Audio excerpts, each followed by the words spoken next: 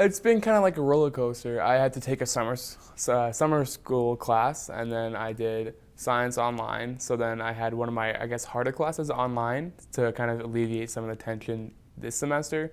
Along with I dropped sport of mine, football, just so I could focus on my studies a little bit more and make it easier to get to this point and feel confident in my school grades.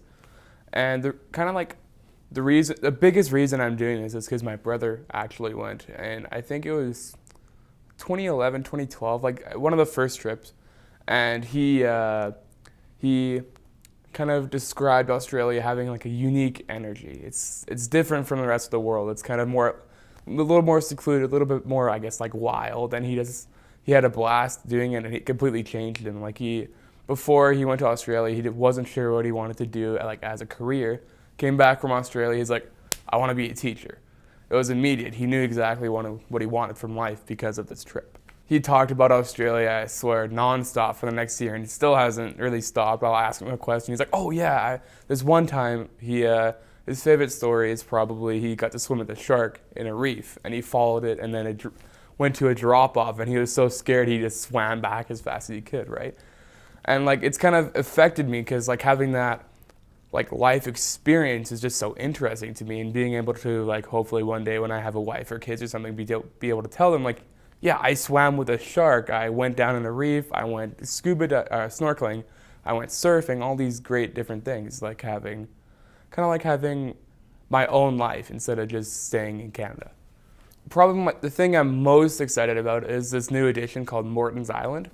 And it's kind of like we stay on the island for, I think it's 3 days, and then there's a bunch of different activities, but I'm most excited for it's snorkeling, but what they did is that they made an artificial reef by sinking like outdated ships. So then they sunk it on their in their shallows, which created an ecosystem, and then you can swim through the ships and interact with the fish, and that's what I'm probably most excited for.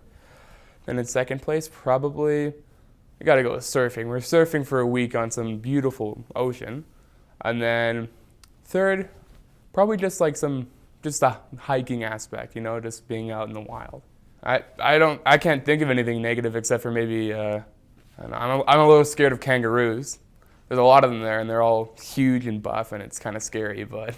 Well, probably for a grade 9, they're most afraid of, A, being away from home and their family. They probably might not have like many experiences outside of Canada, or B, they'll be scared of like the spiders, snakes, etc.